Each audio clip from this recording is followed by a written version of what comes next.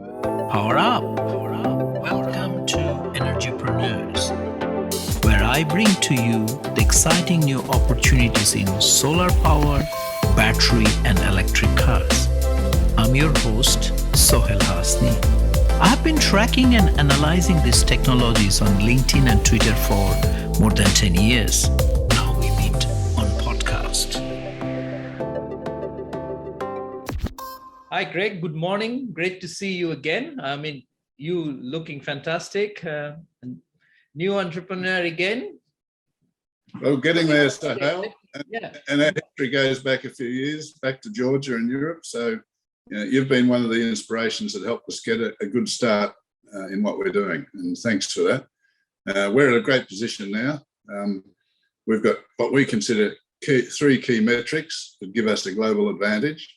And they're backed now by a $5 million government grant, which, of course, once you get a government grant, they've obviously done some due diligence and they can see we've got something of value to add. And our big value, particularly in Australia, is a mobile energy management solution. Very clever device that means that the vehicle can plug into any power point and do it safely and provide energy management and grid resilient services, plus emergency power for running a home if the power goes out. Wow. So let me get it right. So you are most likely right now be the first Australian-made electric car company. And then you are also doing integration to homes, right? Yes. Yeah. And there's three factors. We see the energy management as the future. And Elon Musk knew this and has been doing it for years. And we're really an energy management and software company. We're just fortunate we've got a very good vehicle to move the energy around. And I guess our closest relative really is a mobile phone, except we're just a bigger version with a big battery, wheels and seats. We've got all the capabilities a mobile phone will have, particularly in the future, not right now. And we see what we're doing as a real part of the future. Okay, so you are a big mobile phone on wheels, right? We are. Yeah. Called ACE, Australian Clean Energy Electric Vehicle Group. Yeah, this is fantastic. So this is interesting. You don't see yourself just as a car company competing with other car. You're saying you are a energy management, energy mover, bring solution to people all the way from homes. Yeah, no, that's absolutely true. And as you're probably aware, last week we launched our Series 4 vehicle, the X1 Transformer. And for that's an exciting step forward because it's a larger vehicle and it has the capability. Our CTO in Paris wants to call it our robot on wheels, but it has the capability of changing from a refrigerated van to a microbus, a ute, in 15 minutes. And so we see that that's going to be a key advantage, particularly for fleet, because they can have the box they're full and bring the vehicle in with an empty box, do a quick swap over. We know that also just from the experiences that are happening in the UK with their ambulances, particularly with these COVID times, every time an ambulance brings a patient in, that ambulance is sitting, waiting to be cleaned out. I think it's about an average of 45 minutes to get it thoroughly cleaned before it can go out again. If you have ambulance boxes set up, well, you've got the boxes sitting there clean, swap them over, vehicle goes straight out. The other boxes are clean without holding up the vehicle. Wow. So I'm just curious. So the battery box remains with the main drivetrain or sits on the box? No, the box, basically just box is equivalent of a cargo box fitted out with whatever it needs. Yeah. Wow. So you are now making almost a Lego block of a car. So you can put whatever you want on top. Yeah. There's a lot of other things go along with that, but I can't tell you too much. I'll have to shoot you. Okay. Now, let's take a step back. So when did you start where you are and where you plan to go, sort of? When did you start it and what's the vision here?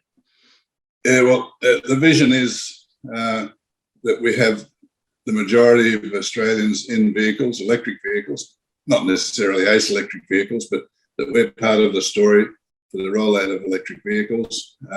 And that, of course, will bring new grid security.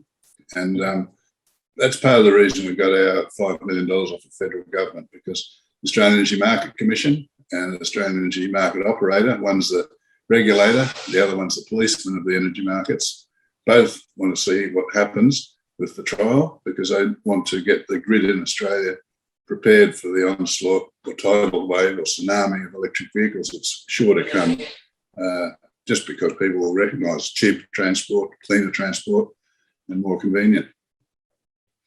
Okay, I have not heard that before. Tsunami of electric vehicles in Australia. That sounds fun. Well, we'll see if it happens. I think it will, because Australians, once they see new tech, and you get a few barbecue conversations, and there's one bloke rocks up in his fossil fuel 4-wheel drive, and another one rocks up in his EV, and they're talking about running costs, and the bloke with his EV said, well, my family budget of $100 to run a vehicle around, it's only $20, and it's less sometimes. So I've got all these holidays I'm saving up for. I don't have to pour it into running a vehicle. Yeah, and plus the V2G aspect that you mentioned. I mean, all the holiday homes don't need to have an unnecessary, I don't know, $50 a month electricity connection, when you can just say, hey, I'll come in and connect my car to the house. Yeah, and if you're a surfer, you've got one of our transformers, you've got your racks on board, you can take your coffee machine, you can take your music system, you can take your lights, and run it all off the vehicle down on the beach. Okay, now, how are you contributing this tsunami that may be coming in Australia? Where are we in terms of numbers? Because you have been at it for 5 years now? Going into our 6th year, yeah. And it's been a long, slow progress. And I think the tipping point was when Senator Rex Patrick, who's a really strong advocate for EVs, he stepped out and pushed the government to get us secure this $5 million grant. And the grant itself is split into 2 areas, one into the vehicle, which the X1 transformer that we revealed was part of the grant. And the other part is our mobile energy management system. It's a device that, when it's commercialised after the trials, it's available for anyone to put into an EV. So if someone's already got an EV that's unidirectional, I'm making it sound very simple, but they can buy our device, and they have a vehicle that they can run the house off, do all the other things with. So eventually there will be this will plug into the charging network, or are you also planning to set up a solar charging network or something? No, the way the device works, and what we're doing is we're aggregating some very clever technologies globally. The team we have working on our mobile energy management system is out of the US, France, UK, and I don't know how we've done it. We've picked up some of the best people globally, and they're putting this device together. We've already got a trial vehicle sitting in Melbourne in our lab with our Adam, who's our team leader here in Australia, and that device is matched over in France, and the development's taking place, and they're pairing them so that we minimise the risk of development. And we're hoping, everything going well, we're pretty sure it will, that by November we'll be able to run a first display of the capabilities of this energy management device as a demonstration to AMC and some of the politicians. And these cars will have a built-in ability to be remotely discharge and charge. I mean, if you want to make it take advantage of the wholesale power market, so sell it back when. I'm not sure if you're aware, but we've partnered with Discover Energy. They've got some very clever CEOs that developed up algorithms. They've already got trading happening, just as static storage, and now we're going to switch it to mobile. And that system is operating, and as I said, they've got customers now that are securing about $1,300 a quarter just off their home storage by trading effectively. With our vehicle, the person who owns the vehicle controls the vehicle. So it's like I said, a mobile phone. You can do with your mobile phone, you can exclude things or you can let things in. You have that control. people will have the same control with the vehicle. And one of the things that you can do, and this is where we're aiming for, is that your vehicle's usually sitting around 90% of the time. Mm-hmm. So if it's at home or it's at park, at your work site, and it's plugged in, and you've put some settings on it, said I'll sell or buy energy at this price, that'll trigger automatically, and you'll either find when you get back to your car you burn a heap of money and there's not as much energy in your battery, but there's plenty there to get home, or vice versa. Oh, this is fantastic. So basically, just for my listeners, let me try to rephrase what you just said. So when people are buying in your system or your car, they're not just buying a car to replace a gasoline car. They are potentially can sort of turn their house into an off-grid system because you don't have to buy electricity anymore, depending on the consumption of it. Then you have the ability to be part of the national grid and bring a solution whereby you can make up to what you said, $1,300 a quarter, which is $300 a month revenue. So technically you are taking a stake into, you are a sort of a mobile gen set with your solar and be able to part in the national grid, use the thing when it is not connected as your personal car, but when you're not going to use it, make it part of the national grid. And anywhere in Australia, you can move around. It's a battery on wheels, right? There is a problem with the sort of particular area that has a congestion or something, prices are going up. You can just park it there, no? That's true. And look, it's not, and our partner out of California, he's done about 8 of these trials. The very first, one of the early ones he did was in Copenhagen with 20 vehicles. Mm-hmm. This over 6 years ago. Those vehicles are still running and they're earning whatever the local currency is, but each vehicle's earning 2,000, let's call it dollars for an example, a year. So the barbecue conversation is going to be in a few years' time, well, yeah, my vehicle's costing nothing. And other people who've been trading will be saying, oh, I'm being paid, $50 a week to drive my vehicle around.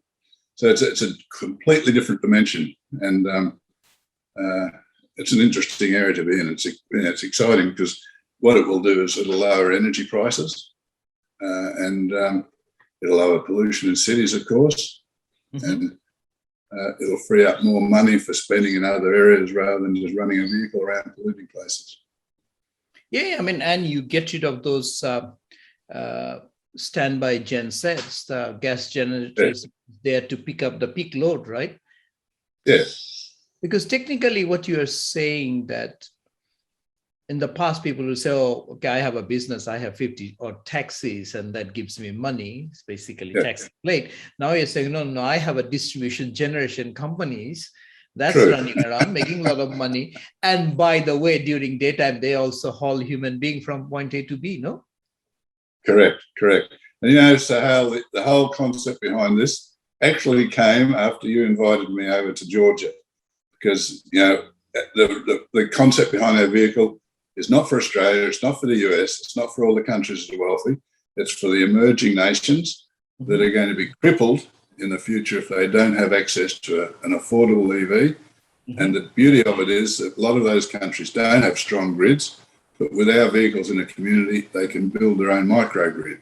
And so for many, for the first time, they'll have lights all night, energy all night, and a lot of them, as you know, are pivoting to solar because it's just convenient, quick and cheap.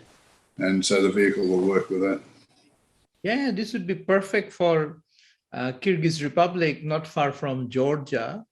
Also, because they have such a large hydro system and marginal cost of generation, I won't say more than a couple of cents a kilowatt hour. So this sort of car can dramatically change, also reduce the cost of the grid, because sometimes you have, I don't know, a few hundred households in the top of the mountain, so running that dingy distribution grid is very expensive for the utility. So if you just say, hey, I give you all these cars, you manage yourself, it may be cheaper for the government, no? That's true. That's very true.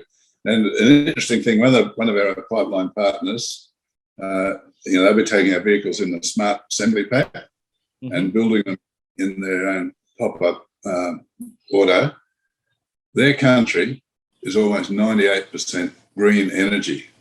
At the moment, they're having to import fossil fuel vehicles, then they have to import the fossil fuel and burn it, and they poison their city air with the vehicles. So they see what we're offering as a real boon to their country because it creates jobs, creates new opportunities.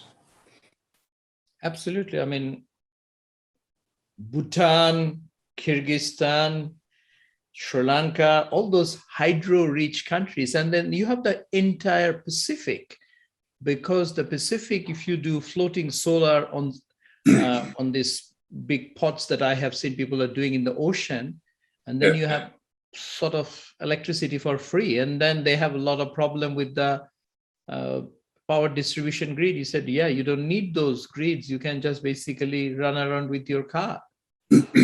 True. Fantastic. So what are you doing in the international space, or is too early? Well, we've got to step carefully because we need to get things set up properly here in Australia, and we're starting to reach that point because internationally, our connections, and we're not opening too many at the moment because we don't want to make overpromise and not deliver. They're pushing us. They really want to get our vehicles across to their country, do some demonstrations, and then get started with setting up their own pop-up auto industry. Because in effect, what we're offering these emerging countries, and some of them are more than emerging, is they have their own auto industry for around 20 million. Previously, if you want to set an auto industry up, there's no change out of 500 million plus, and the complexity of doing it. Yeah, I think we need to have a separate strategy of discussion offline. But I personally think you need to create a vision for these countries that you can engage at a high level. And exactly as you mentioned, 20 million can give you foot in the door to saying, okay, I'm trying to build an auto industry. Yeah, and that's the first step. Basically taking our smart assembly packs. The team out of the partner country gets flown out to Australia, go through the full training process, work on the production line, understand the culture, understand the technology, take that home and start assembling the vehicles.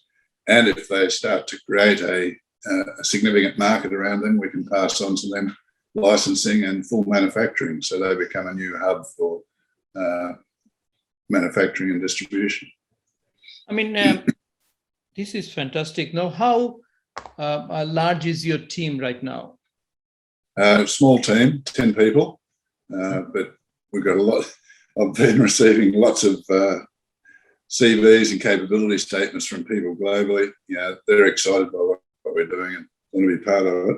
What excites me mainly is that a lot of Australians that went overseas because they didn't see opportunity here want to come home now, help build this out for Australia.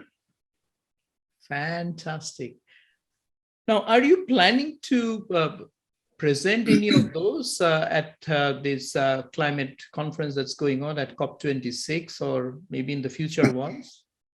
Yeah, no, no, in the future we will, but I think at the moment a lot of people globally still see us as too early to be engaging at that level. And once we've got a production run and other deals in place, different matter. We're very confident. We haven't even started any marketing yet. We've got well over $3 million worth of vehicles reserved. So we've got to match the expectations now of those people who reserve the vehicles and build them for them. So where you see maybe in the next couple of years, I mean, electric vehicle 5 years is a long term. It is. I think so, Hal. Even next year, it's going to be a big year in electric vehicles for Australia. I can see, and we don't look at others as competitors. Personally, I think it's just important to get electric vehicles out there. It doesn't matter who they are, to start to arrest the issues with pollution and the pressure on nature from fossil fuel. And I would not be surprised at all if there's a massive uptake next year and the federal government does a significant pivot to capture the opportunity that comes with Australia, because Australia's not only got a lot of clever people ready to build vehicles, but it's got the resources. You know, we can start from the ground with lithium, remanufacture that to batteries, battery packaging plants, you know, the whole lot. And are you getting any support from Australian Renewable Energy Association sort of people? Because look, huge.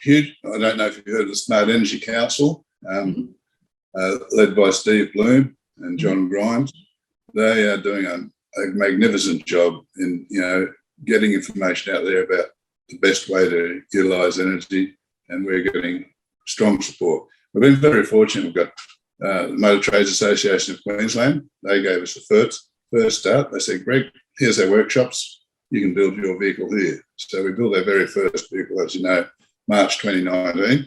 And then from then it's been just progress. And the time I caught up with you originally was in, I think it was August 2018, when you had me over there talking about what we could do.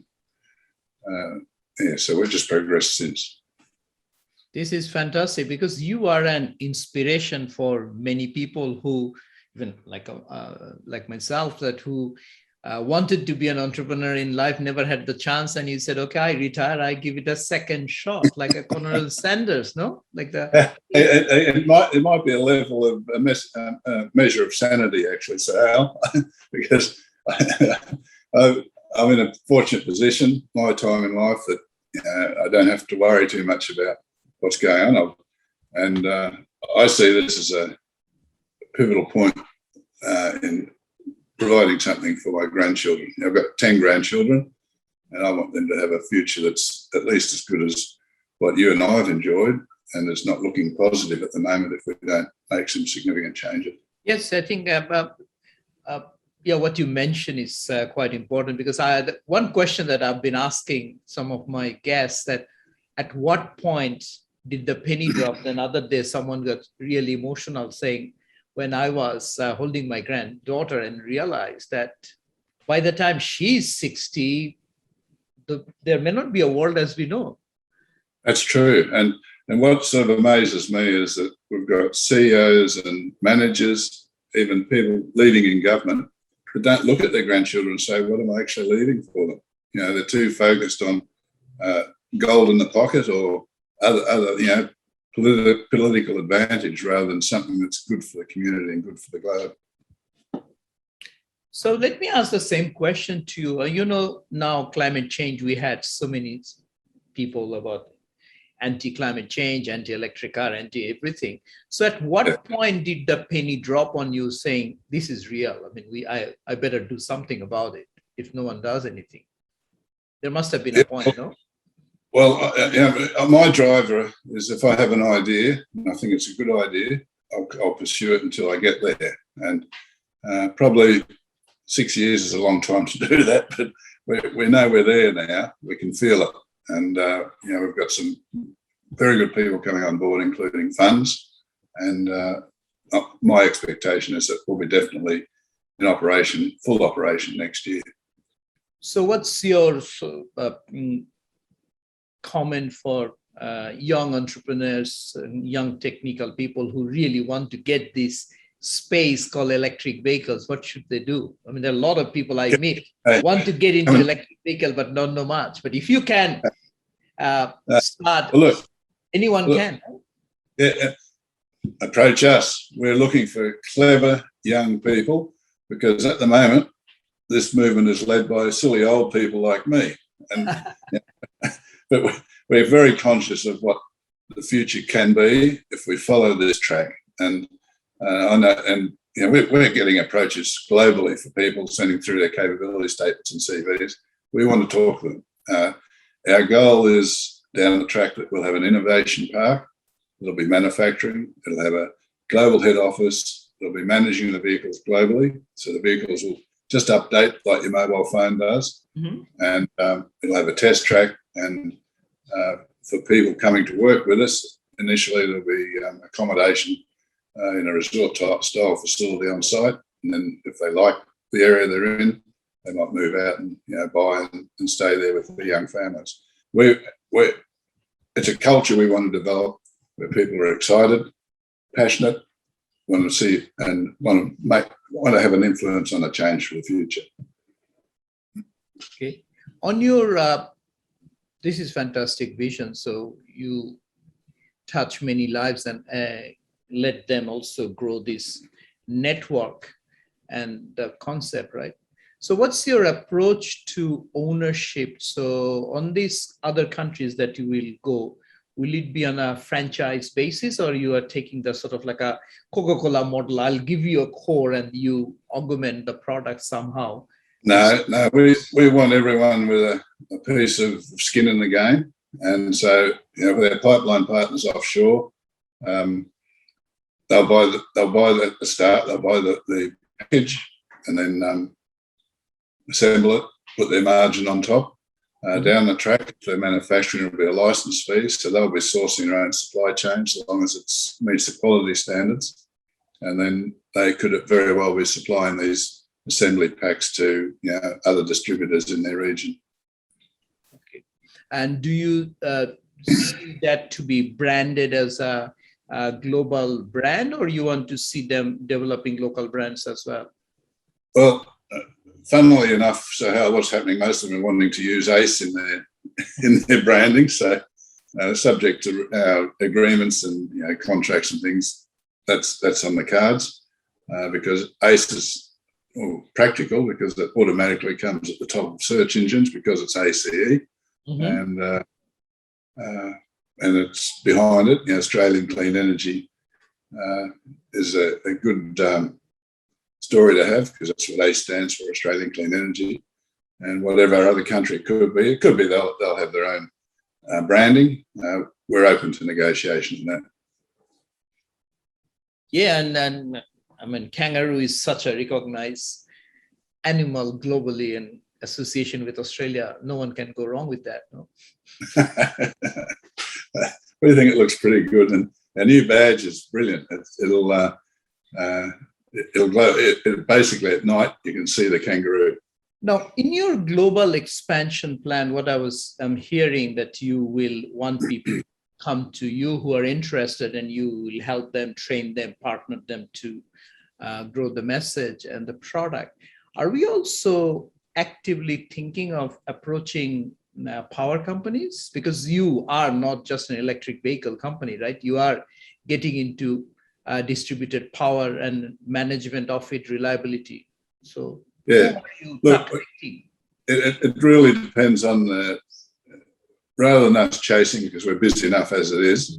We're looking for people to approach us, because if they made the effort to approach us, they're showing some understanding of what we're doing. And the conversations we're having now currently with other pipeline partners, they'll end up partnering with energy companies in their regions anyway. But we're quite happy to take an approach from an energy company or a power company. Yeah, so when you are ready, maybe in a few years' time, when you have a lot of cars running and the system is set up, including multiple countries, as you mentioned, overseas, you already had approaches. It would be also good to help the power companies to get a slice of action. Of course it is, and I think some of them are wising up to understanding what the opportunity is. As you know, we've got a solar farm that will be providing green energy for our vehicles in the future. And we'll be selling energy off that as basically an energy plan. So you can walk into your local, and as you know, we're partnered with Optus. They're joining us to provide all the comm security and 5G for the robotics in our factory. They could be, and I'm just floating this, they could be a natural point where you walk into your local mobile shop and say, oh, I'd like an energy plan. They say, okay, which vehicle do you want with that energy plan? And there you go. And effectively, that energy plan is the cost of running your vehicle and cost of running your house. So you can be an Optus EV. No, can't say that. we'll be EV, and we'll have, there'll be shop fronts, and most of it's online anyway. I mean, where we are at the moment, everything we've done has been online. And our distribution model is those people have already shown interest in our EVs will be offered an opportunity to be a commission agent or a similar agent in their community because they've shown the passion for the EV. And there's a few systems we've got in place there that will allow them to market off their own EV and pick up a commission. Yeah, I mean, like the Alpine area in Australia, especially in Victoria, I remember going back to my electricity power company days that it was a very expensive to maintain, and sometimes they will have diesel gen sets because they need a higher reliability during snow time. So now with your system, you can easily set up a tiny township with 50 odd vehicles, don't need to be connected to the grid, anything, or even somebody wants to build a house somewhere which is 10 kilometer, 20 kilometer away from the next power supply. You can just say, hey, this is a new concept. You can actually partner with some housing developer who will say, I'll give you an ace on the top of whatever you're getting, no? Yeah, that's true. Yeah, but home solar, home vehicle, and perhaps even home storage. But even with our vehicle, just a small battery, it's up to 3 times the normal storage that most houses are securing at the moment. And it's touched a point there too. So Hal, probably aware that Callide Power Station a few months ago had a turbine explode, and that took 40 megawatts off the grid.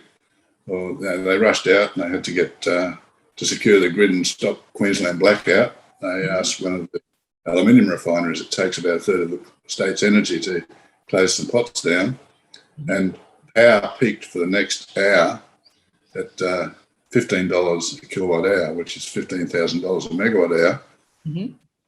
Our cars have been in the area, 10,000 of them. They could have filled the gap for the 40 megawatt outage, and for discharging 15 kilowatts or half their battery picked up $225. Yes, those value of lost load, VOLL moments may not happen much in the future if your cars are all around. So this is it'll effectively smooth the grid out, I think, and that's where the key operators like AMC and the others see the opportunity. Yes, I mean, I was talking with a person on the strategy from NIO, the other electric car, the China electric car, which is listed, and one of the ideas they had that they plan to have a battery reservoir or an electric charging place, but the car passing through and take the electricity. So it's like a hub. And I was thinking, hey, why are you not making a trading hub? So basically some who come and sell, some who buys. And maybe in the thinking there, so you can easily set up in your case as well, right? So marketplace. You don't have to sell the grid. You might also just sell it to this pool of energy. Yeah, and it could be just sold to a neighbour. That someone says, "Oh, I'm short of power," and you say, "Okay, well, how much do you want to give me for it?" And your car basically comes to an agreement, and that energy gets passed through. Fantastic. I mean, really, quite exciting. I'm just still not haven't gotten fully my head around to all the things that you have said. This is the way to the future, and bringing this technology out of Australia. This is fantastic. Is there anything you want to be specific if someone gets excited, someone in a ministry or someone very senior up, a minister level, maybe listening in a particular Asian countries? Where can they start? What they need to do? The first thing they can do is send an email, and we open the dialogue, and it's pretty easy for an email. You can look up ACE on the website. It'll come up in most Google search, ACE Electric Vehicles. Or I can give you the email now. It's just Greg at 3 words joined together, ACE, ACE, Electric Vehicles with an S on the end, .com.au. And then after that introduction, you will bring the technology, you will also bring some financing, or you looking for them to? No, look, if they're serious, they need to be able to show that they're going to put up at least half the funds needed to set up their own pop-up auto. I mean, that's the end game at the start. We will be looking at them putting 5 million into an escrow account, which is effectively our warranty. And we need to protect our IP and our interests. We don't want to be handing out this technology and then them deciding they can duplicate it and do their own thing with it. And we've got to protect the interests of our shareholders and also the funds that have invested in us. And then, of course, sky's the limit. These are perfectly modular system, right? As it works, built on it, right? True. And the vehicle that they get today won't be the same vehicle in 5 years' time. It'll be the same skeleton. It'll be other components, but it'll have add-on components, like autonomous. If they decide down the track they want autonomous, be plug and play autonomous. I think I may have mentioned to you, we're partnered with Sensen Networks. They use a visual artificial intelligence, very similar to what Tesla are doing. And we see that as the future, because basically duplicating human behaviour. When you go into a town, drive through the streets, you usually remember that. Next time you come back, you know what is where and what to look out for. How do you sleep at night? I don't do much sleeping at the moment, but oh well. Yeah, this is fantastic. So many things going on. And the pandemic may have helped, no? It has been very helpful, because what has happened is people that you would not normally get access to, we have managed to get access to, and it's usually in their own homes. So we're not sitting in a boardroom. They haven't got the boardroom culture there where they've got to, put up a certain barrier. They're real people, and we have a real conversation, and they get to understand what we're about. And so for us, the pandemic has been beneficial, and we see that in the future it's even going to add further, because our small business on wheels vehicles will be part of the solution with home deliveries that don't mean too much human interaction and contagion. And I think also because of the pandemic, people, the penny has dropped in a lot of people's mind in terms of climate change, and for them to be able to do something and need to do something. Yeah, so I think nature's been singing a little bit, because all the cities are much cleaner, air's easier to breathe, and birds and everything else. So some cities are making themselves visible. Mm-hmm. In many cases, reappear. No, you just okay. I did not know. So, who owns ACE? What's your company structure now? Do you have multiple? Good point. I'm one of there's 4 directors of ACE, all Australian directors now. And when I say Australian, we got German Gerhard out of Stuttgart is one of the directors. Dr. Charles Kung at Taipei, another director. They're the key to our vehicle. They bring the great technology with the vehicle and what we call our smart manufacturing cell. And the 4 of us, the rest of the partners and myself in Australia with Will, and we're effectively the directors, and then we've got a team, of course, working with us globally. And shareholding-wise, are you still, of course, privately owned? Yeah, we're tempted to try and keep it private for at least 5 years, because we want to influence the direction and keep control of the company. Mm-hmm. We don't want to become a sort of a plaything of Wall Street where they just use us to reap huge profits. We really want to get the vehicle. We want to control the direction of it and preserve the direction of it. And I think, one person I sort of look up to who's done so much for the globe is Elon Musk. He doesn't get proper credit for it, but what he's done is really totally ground changing. I mean, I wouldn't be sitting here talking to you now if he hadn't broken the mold with what he's done. Yeah, I mean, the world is looking to people like you. I mean, you are Australia's Elon Musk already. I think I mentioned that last time. I wouldn't say that. We're doing our thing in Australia, and Australians are pretty good at it. You give them a bit of barbed wire, fencing wire, and a few other things, and they'll try and build something. And we're doing a little bit more sophisticated than that. Yes, absolutely. I mean, Australians are early adopters, and I'm sure you have given them something to discuss over a barbecue, as you mentioned. And I really think that this is the point that you are on the runway, you fly from here. Absolutely. Is there anything else you want to make comments before we? Not really. I just think for hours, the key. Sorry? I think we can continue for hours. This is such an exciting thing. Yeah, well, I've got other meetings, so I can't talk too long. But no, look, I appreciate the time you've given to set this podcast up and all the work you've helped with in the past, Sahar. And if there are people out there, in government, we want to talk really at top level, because we've had in the past, I guess what you call tire kickers, or people that waste my time and our time. And I don't have much time left now, so we really want to talk to people that are focused and keen to do something positive in their country. And if they're genuine, we'll be the same. Yep. With that note, really appreciate. Thank you very much. Have a nice day, Craig. You too. Thanks. Thank you. Thank you for joining us this week. If you haven't done so yet, subscribe to our show. Also, leave your comments and review if you enjoyed today's episode. Follow me on LinkedIn and Twitter at @shasni for updates. That's SHASNIE. Once again, this has been Energypreneurs, connecting you to the innovative opportunities in solar power, batteries, and electric vehicles. Stay tuned.